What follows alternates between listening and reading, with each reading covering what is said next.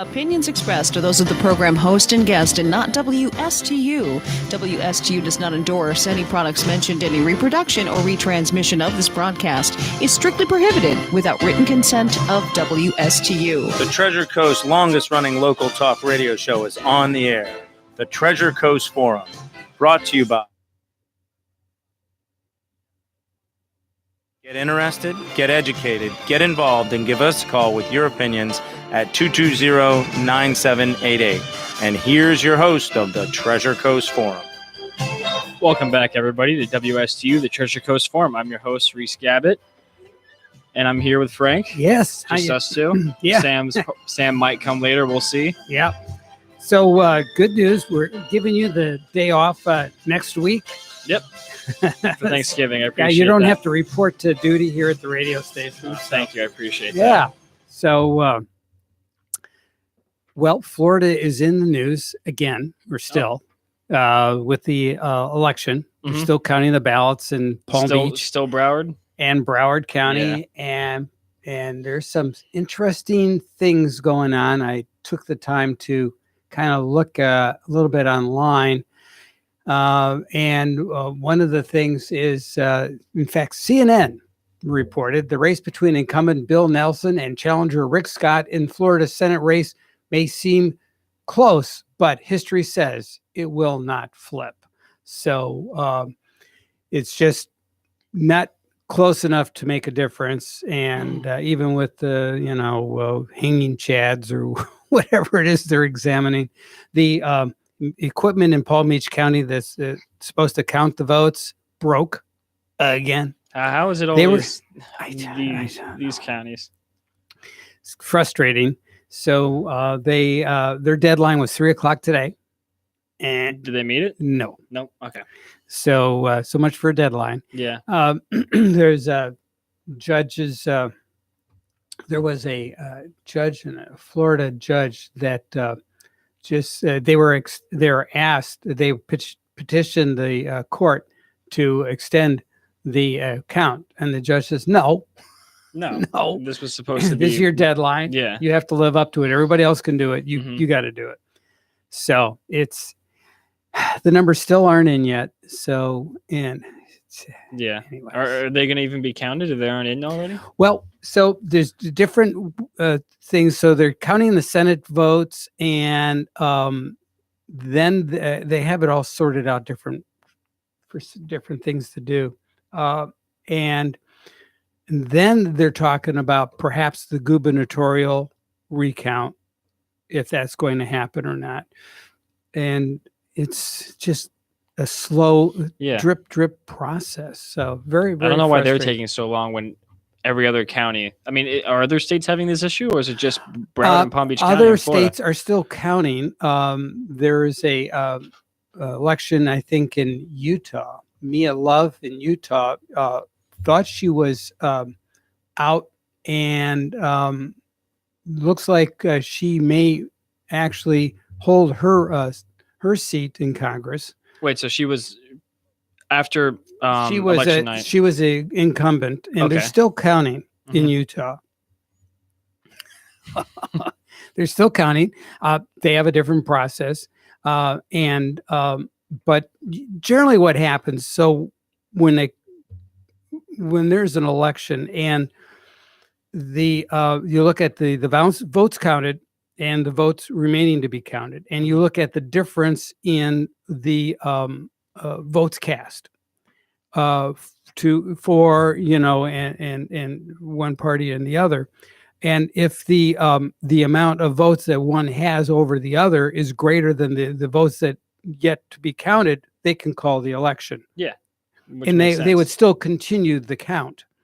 In this case, the votes are so close.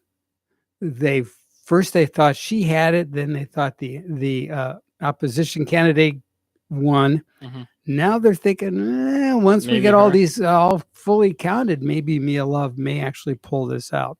So that's kind of what happens. So a lot of times the votes are still being counted even after election night, but you don't hear about it, and they certify the vote later. And so we're just when you have an electorate that's so divided like ours is, these are going to happen more and more. Yeah, I mean, I had when you were in school, were students as political as they are now, or does that seem to be just In the olden days? Yeah, they were. There was lots of groups. Of course, the Vietnam War was going on when I was in school, so there were a lot of kids that are not so keen about going to Vietnam. well, yeah,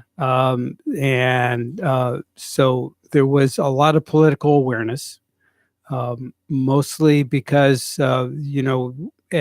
we only got the news at 7:00 at night, the national news, right? And so you go home, you do your homework, you have dinner with mom and dad, and and that sort you of watch the thing. news. And 7:00 you watch the Walter Cronkite at CBS Evening News, right? And that was the first time in history where the war was in everybody's living room every night. Yeah, it Right. used to be radio. Right. Before that, the Korean War, you would get correspondence. And when you would go to the movies, they would have a newsreel, serials in the 40s and the 50s, and they would bring you up to speed what was going on, like newsreel features that, talking about what was going on in certain battles and things of that sort. So that was, so that was a big change. So I think that created a lot more awareness because people were, the news cycle wasn't as brisk as it is now, but still the news was only 24 hours old, which is not bad. I remember when I was growing up, I was born right at the end of Clinton, and then I was pretty much raised when Bush was in presidency. And I remember he was up for re-election, and then I remember afterwards it was Obama and it was McCain. I remember that was the first real election that I can remember. And I don't remember. I mean, I remember just on the TV, news wise, I don't remember it being as political. Partisan as is now. I mean, I would. It seems like now, well, when I was growing up in middle school, it was everybody just thought what their parents thought because that's what you're raised in. But now, now I'm seeing a change. I have friends whose parents are, very, very conservative who turned out to be liberal because that's what their friends think and that's what they're taught by their friends' parents or whatever. So I definitely think that people are more, and in our generation are kind of picking their own. Are they? Good. It's not groupthink? No, it's not. Well, when you're younger, it is. And then I feel like 3 years ago, people only thought one way or the other. But now everybody's kind of seeming okay, we can all agree that this is an issue, but this maybe can wait. Right. I mean, right after the Douglas shooting, everybody thought that, oh yeah, it was either gun laws or no gun laws. But afterwards, people are starting to realize, okay, maybe there's different things that are factoring in. Right. I think after you let everything the heat of the moment, of the moment died down, everybody can kind of get rational. Yeah. Right. And I definitely you can't legislate through emotion. Exactly. You have to have rational, cogent thinking, and you have to have a detached approach. Exactly. Otherwise, you are not doing a service to the future generations. Exactly. I think that I mean, definitely it seems almost everything's heated, and I was talking the other day. It seems like everything is politicized now. You can watch TV, it's politicized. You can listen to music, it's politicized. I saw this there's an artist who's very big right now. His name is Post Malone, and someone was criticizing him because he's not political, because he just chooses to separate himself from politics. Wise. And he was saying, oh, he has no message. He has no meaning. Why should you be listening to him if he's not trying to teach you something? And I don't agree with that at all. No. I mean, I feel like entertainment and politics it can be politicized, but I feel like right now it's way too politicized. I can't watch the Oscars without being told what to do. And from these people in Hollywood where the situation could be worse, with the whole Me Too movement. It seems like it's mainly based out of Hollywood, but it's the people in Hollywood that are getting up on soapboxes telling the rest of the world how to act. Yeah, and they haven't really cleaned, No. you know, their act up. So Yeah. yeah. So the caravan. You want to talk about the caravan for a little bit? Yeah, actually, I just read while I was in school today how some people are getting like picked off from the caravan. There's a big portion of the caravan seems to be headed off towards Tijuana, Yeah. where there's a major crossing area for access to the U.S. But while that was going on, the Border Patrol was able to find 650 migrants that were 2 hours east of that position. And so that would be maybe 100 miles or so as the crow flies. They were trying to sneak in. Yeah. So 650 people. And where is Tijuana located in Mexico? That's it's south of San Diego. Okay. If memory serves. So they're definitely coming in hot. Or Yeah. Well, and what's happening is a lot of them are getting rides on buses and trucks. I saw this little thing that's like, oh, the caravan when the cameras aren't rolling. And Right. It's them all loading up into buses and trucks. And they're not. Yeah. No, they're not walking. Yeah. No. It's a How many foolish. strong are they right now? Do you know off the top of There's your head? 3 separate groups, Mhm. and the numbers seem to vary. And I understand there's a new group that's being formed right now that's about 5 million strong, 5 million. and they're headed this way supposedly. And I saw a video of them getting into Mexico, and it was mayhem. They tore down the fence. Right. I wonder what their game plan is when they get to our border. That'll be interesting. That'll be, I mean, because it's like President Trump said, them throwing rocks, they'll be projectile missiles. Right. So it's interesting what can happen. I mean, and this is right before, Trump's up for like the campaign for re-election. So I definitely think one of his campaign, one of his campaign focuses has always been is protect the border, right? And his position is that if a country doesn't have a secure border, you don't have a country. That's his. Hey, Sam. Sam's here to join us. Yeah, a little late Sam to the is party. in the house. Yeah, Yeah, sorry about that, guys. I was at a interview for college, so very good. It Well, was Dartmouth, right? yes, How'd that go?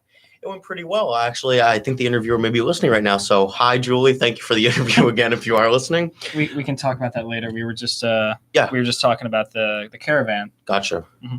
so yeah, I'm gonna switch mics on you. Sam. Okay. Yeah, That and one- I think I'm definitely getting picked up on that one over there. Yeah. it's too hot.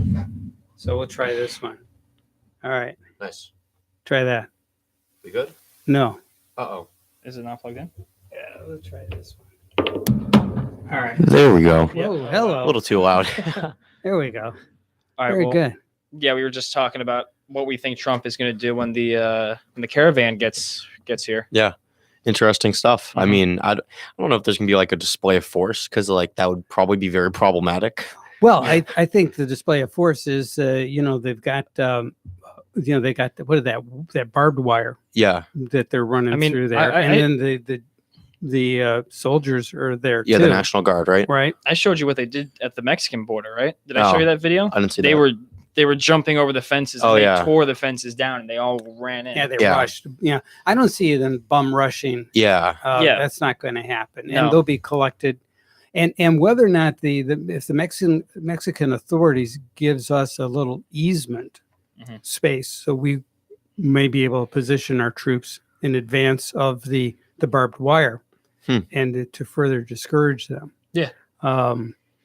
That's a possibility. I Yeah. don't know if that will or not, but if the barbed wire is there and they have a method devised to breach the barbed wire, then that could get problematic. Yeah. So I definitely can't see it being anything other than I hope it's not messy. But, Yeah.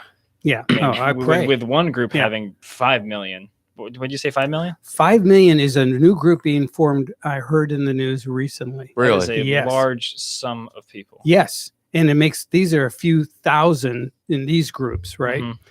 And so it's Well, I think it's going to be interesting to see how the Trump administration approaches it. Like, are the soldiers there to make sure that people aren't jumping the fence and that they're coming in, or are the soldiers there to prevent people from coming to the United States? So I think that's the question, right? Because we don't not allow asylum seekers. We just process them, and they may be sent back after they're detained, and they go through the court system. right. So the question is, are the troops there just to make sure nothing gets messy? Which I hope that's why they're there. Yeah. Mhm. Or is it more of like the Trump administration is kind of thinking like, no, we don't want you coming in, and that's our show of force. Like we don't want you coming in. So Right. It'll be So interesting to see. what the Trump administration is very clearly enunciated Okay. to these people in the caravans is, if you want to come and ask for permission to come in, right, and ask for asylum, then you have to come through a port of entry.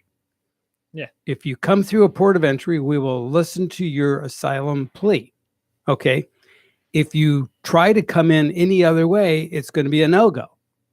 He's not saying don't try to come in, but if you're going to do it legally. That's Right. all he's saying. Do you think that they're going to try to force their way in, or they're going to try to come in? Yeah, that's the question. 'cause, that's the big it's going to question. take a little bit to process 5 million plus individuals. Right. It's Yeah. And they are rather than so the previous process was set up to tag them and release them, so they'd have like an ankle bracelet, and they'd be told report to court in 30 days, 90 days, whatever the time frame is, right? And we will hear your plea for asylum, okay? And they would be released in their own recognizance, okay?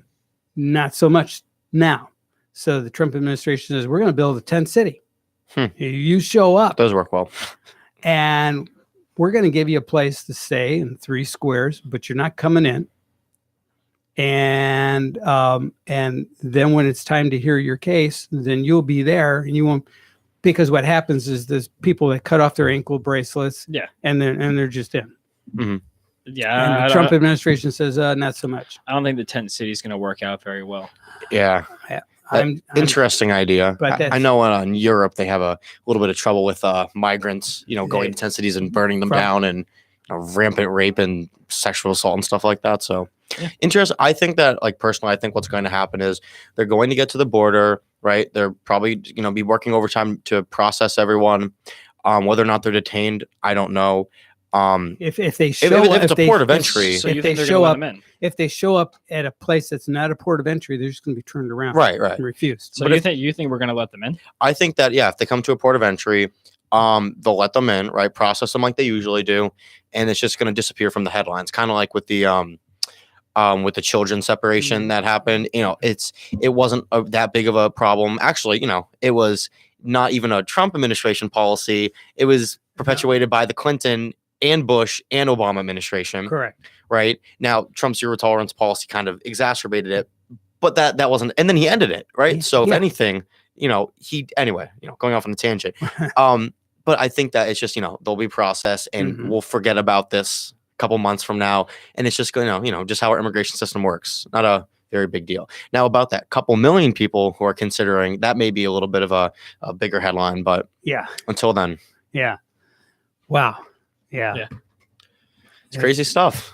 Crazy stuff. You missed our conversation. We were talking about the election. Oh, yeah? Palm Beach and Broward County still waiting to report in. Yeah. Their deadline was 3:00 today. Yep. Didn't meet it. And didn't Bill Nelson sued to get an extension, Yes. and then his lawyers got the extension from like an appellate court or something? The Not that like, there was a federal judge says no. okay. Yeah. No, this is your deadline. Mhm. And you've had extensions, Right. extensions on extensions. Like, come on. Also, I think that like a big argument is that, like, the Panhandle got hit, right? They could process everything, but people say, oh, well, Broward's a pretty big county, but like, not only are there bigger counties in the United States that process, but like you have like Miami-Dade, right, just south of them, Right. that process much more than Broward, Right. and they're doing fine. Yes. I think it's just it's just the incompetence of the way I see it. Yeah. This wouldn't be a news story if it wasn't so close. If it was like a 1-point margin, then their recounts and their incompetence and be like, okay, it happens every election. I think if you go back and check, you'll see Absolutely. every election Absolutely. there's some problem. But it's because it's so close, and now all eyes are on it. It's like, what are they doing? Where are these ballots coming from? Stuff like that. So, And is there enough uncounted votes to make a change? I mean, I've read different conflicting things. I read something from, I think it was 538, the polling. It was some company that does polling, and they're considered to be pretty nonpartisan. And they talked about how usually in recounts, the percentage change is minuscule. It's like, Right. a couple votes, if anything. Right. And so I think the odds of it, switching are slim to none, unless, Even CNN would agree with you. right. CNN, which is Really? no fan of the Republican administration or Republicans in general, Mhm. even said in their one of their news releases. Here, see if I get you the exact quote. It says Nelson needs a miracle. Yeah. Yeah. It says key Florida County misses recount deadline.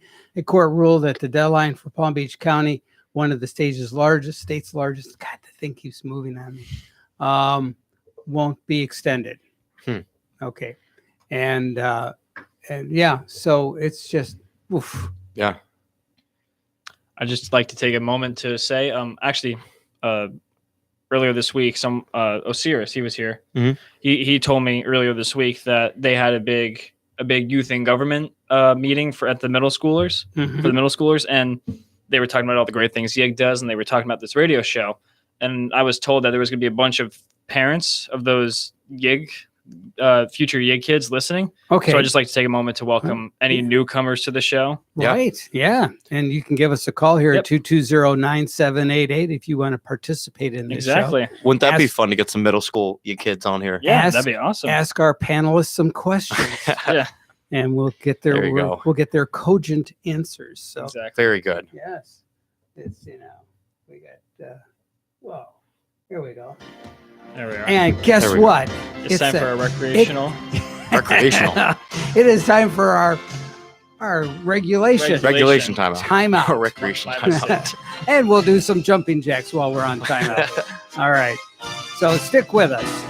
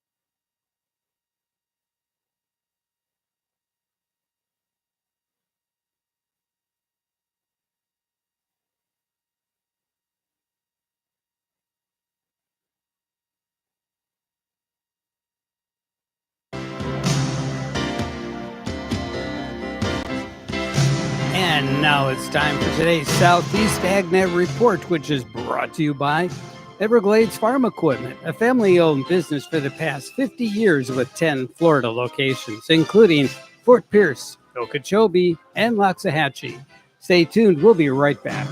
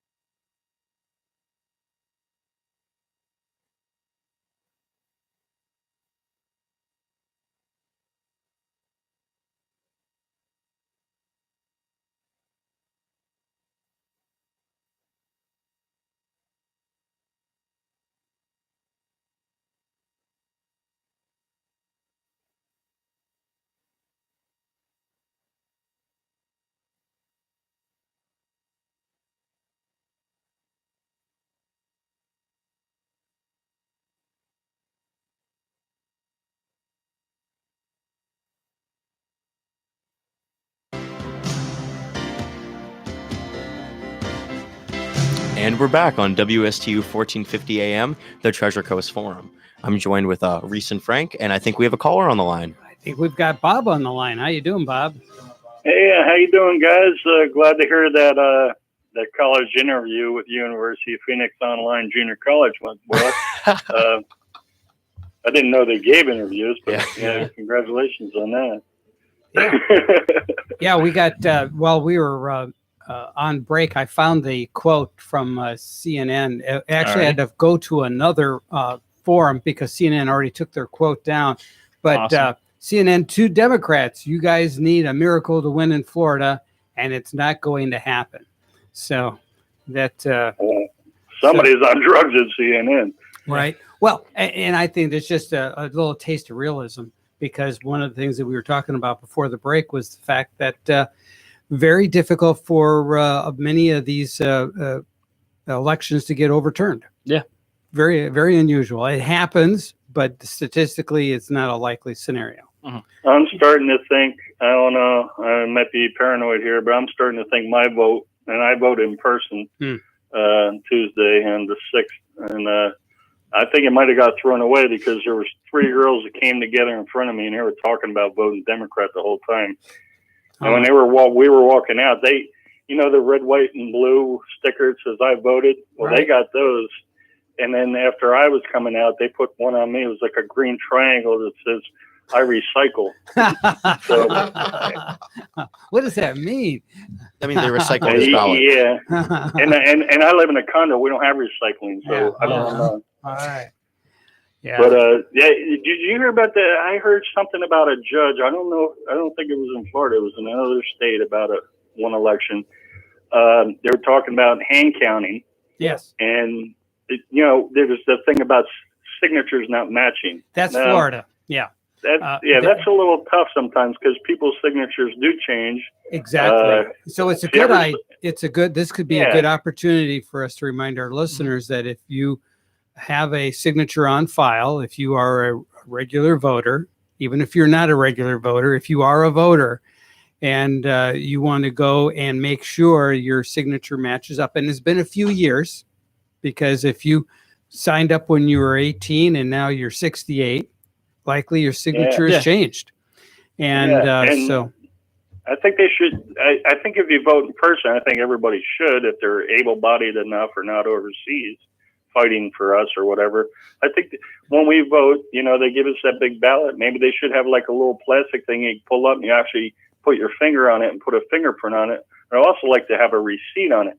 But what I was getting at is I heard a judge in one state, I don't think it was Florida, saying that on a hand count, and it was a federal judge that tried to step in as usual again, that even if they got the birth date wrong and their age wrong, that they still have to count it. I mean, come on. How do you get your birthday wrong? And your birth date and your age. I mean, maybe they just have CRS. Can't remember stuff. So no, we have to do something. This is really getting out of hand here. I don't know what the answer is, but that judge that said no, he wasn't going to extend today. I heard that he said what a lot of people are saying. You're making a joke. Parts of Florida, these two counties are making a joke out of this country. And it affects the whole country, Yeah. That's another thing. A lot of people are saying, well, our founders wanted the states to be in control, but when every state now, every county now, if there's fraudulent stuff going on, that all comes down to eventually affect the whole country with welfare and whatnot, because federal money comes towards every state. So I don't know. It's a tough one. I know our one of our regular hosts, Connor, he voted this year because he turned 18, and he said that they were giving him a really hard time because he couldn't match his signature perfectly to the one he did 2 years ago when he got his license. Because now what they're doing is they register you to vote when you get your license, which is a great idea. I'm already registered to vote. I didn't know that. Did you not register? I don't think I'm registered. Oh. Got to go do that. Did you ever have to sign, guys? I don't know if you have credit cards or debit cards. When you go to sign that thing, like say you're at BJ's, and that thing is like pointed like straight up, and you're used to writing your signature, on a downward slant, and it never looks like my signature. Sometimes, for the hell of it, I will put Mickey Mouse on there, and it accepts it. On which kind of signature? Credit cards. Those things that you put your card in with the chip. Oh, and then the electric signature. Yeah, and they ask for your signature. Well, these things at best are on a little bit angle from straight up. Yeah, very difficult to sign with. I normally just draw a line. Right? Yeah, you could draw a line. I seriously, and this is not a joke. I'd put Mickey Mouse and they accept it. I just do it for fun. Right. I mean, no one at a bank is like comparing your signature to like your normal signature, and red alarms go off if it's not a match. Great fraud protection. I seriously doubt that they even check it. Right. Yeah, I think we do need a national ID. I hate to re-harp on that, but we do need a national ID for everybody that's here legally. Maybe a temporary national ID for people that are here, like a green card. We got to know who's here, like all this caravan stuff, people coming over, they're not being vetted. We know for sure there's a mixture in there of MS-13 and I was going to say MSG. MS-13 and whoever in that collection.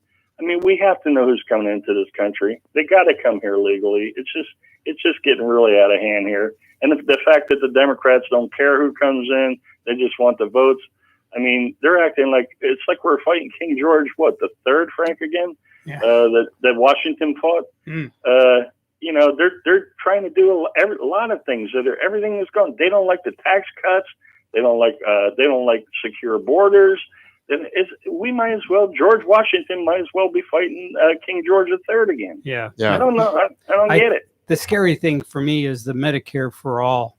That's the big new mantra on the left. Mhm. Yeah. Alexandria Ocasio-Cortez Yes. and Andrew Cortez, Gillum yeah. and the Bernie Sanders. Yeah. Yeah. It's not even doable budget-wise. It's just, No. It's No, Yeah, and it's if you ask Didn't them, Cortez get elected? Didn't he? Yeah, she did. Yeah. Yeah. That's scary. Let me tell you. right, and so, but if you ask somebody to explain how are you going to financially make that work, well, we'll make it work. Yeah, no, I remember. But they don't have a cogent answer. I saw that video Yeah. too. It's it's like you just pay for it. Yeah. I mean, Yeah. there are some progressives that are like we've talked about. It's good to have fresh ideas, but like speaking like about Alexandria Ocasio-Cortez, Mhm. I don't know if you've ever watched her like speak in interviews and stuff. I have. It's very It's- painful. It's very scary. Like Yeah. like the fact that she got Yeah. a degree from BU and I believe economics. I've heard also international relations, one of those two. Like I feel like she should be able to talk about geopolitics or like economic and policy. I heard her during informed. one of those interviews saying, and she was asked about a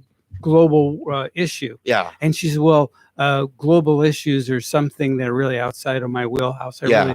And it's like, really? I hope not We- for a congresswoman. Exactly. We talked about this before. She sounds like, if you ever watch Jesse Waters on Waters World, Hmm. she sounds like one of the kids from Panama City that's not even going to college, but's on spring break, Right. and they don't know what's going on.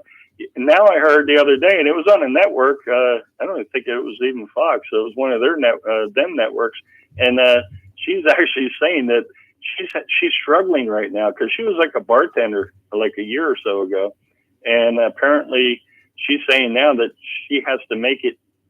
She can't really take a job now, a part-time job, or her partner. I didn't know she had a partner, but that's okay.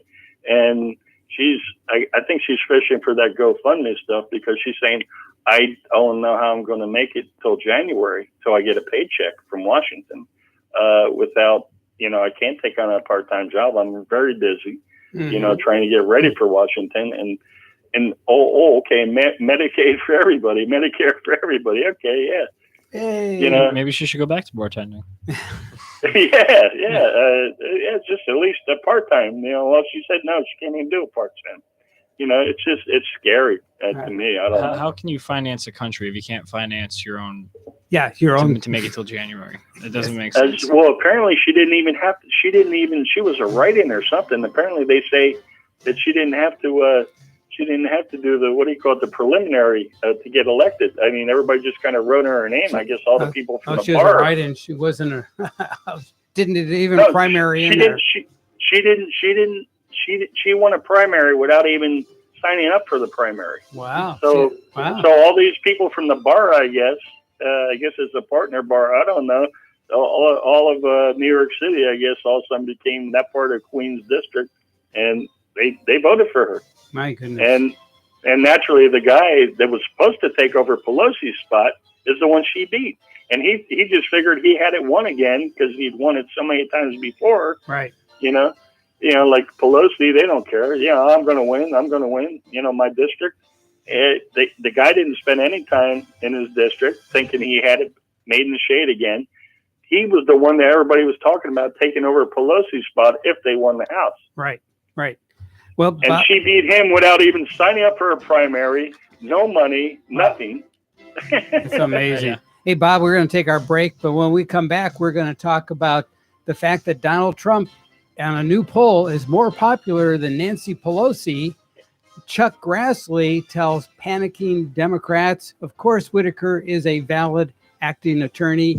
And the Washington Post calls out Gillibrand for using 3 incorrect unemployment statistics in just one speech. All that up next. All The that is Treasure coming Coast up. Forum. Thanks a lot, guys. All righty. You have a good one, Have a Bob. nice night. All righty. Take care.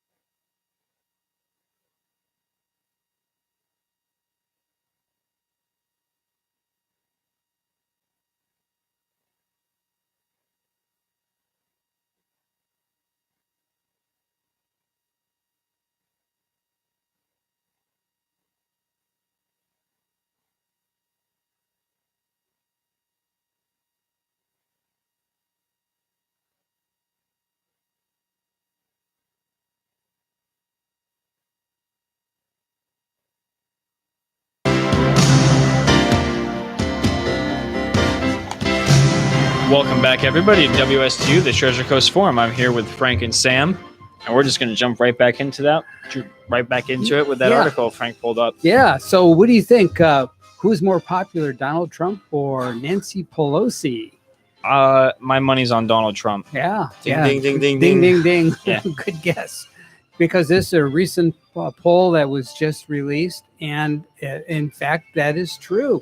Wow. Now the Democrats have taken the majority in the House of Representatives. The race for House Speaker is on with Nancy Pelosi in the lead. And the day after the election, President Trump held a press conference and expressed disappointment in Republican candidates who lost. But a new poll shows that he has something to celebrate. According to the latest survey from Rasmussen Reports, Nancy Pelosi is more unpopular across the country than Donald Trump. So there you go. What's his approval rating at? I'm gonna. I guess higher I than don't know if Nancy's. they have Yeah. the numbers, but it's see if there we go. A closer look at the numbers show that most Republicans, 76%, see Trump as likable. 55% of Democrats feel that way about Pelosi, but it's a sizable 34% that don't think she's likable. So, Wow. yeah, there it is.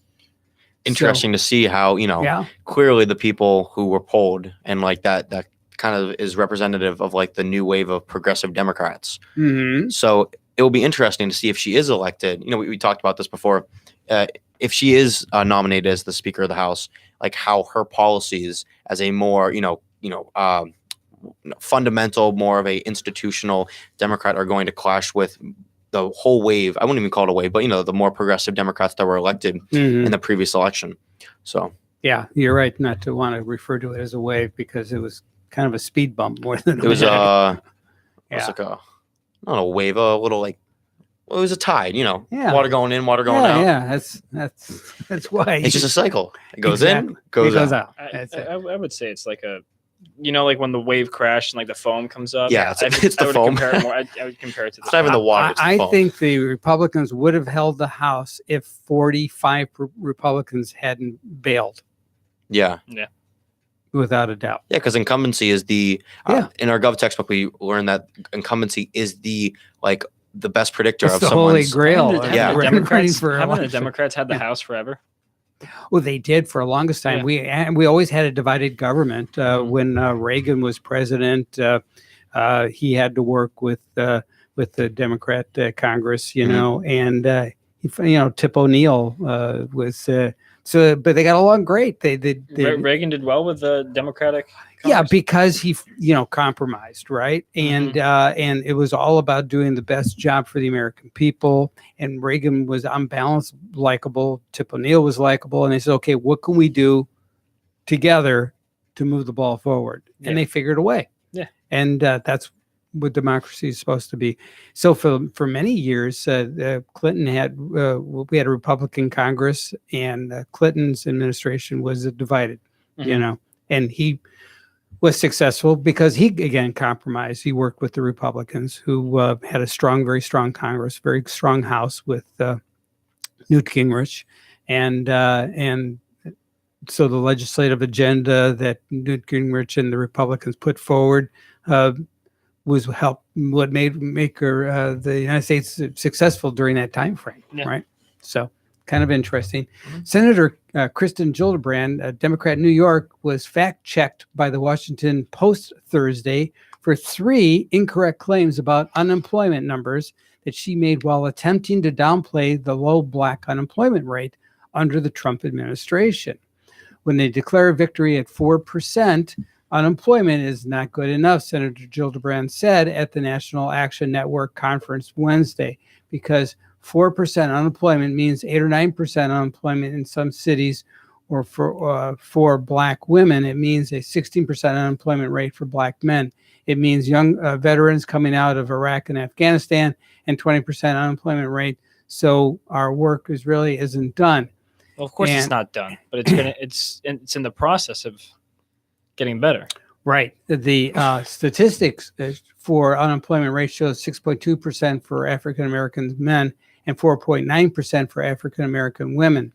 That's so her numbers were just wrong. You'd Yeah, think that as a switch. congresswoman with like Yeah. they have like the Congressional Research Service. They have like entire agencies dedicated to making sure that Right. congressmen What and you women say have is the right. facts. Right. And I guess that's And- not enough. Not so much. Yeah. Yeah. So so that I'm was curious if she like planned that or if she just kind of threw that out in the middle. I of it. sometimes people just put out false facts, and if nobody It slips calls them through. on it, it becomes It fact. becomes fact. Yeah. Yeah. So that's why a lot of these fact checkers kind of listen.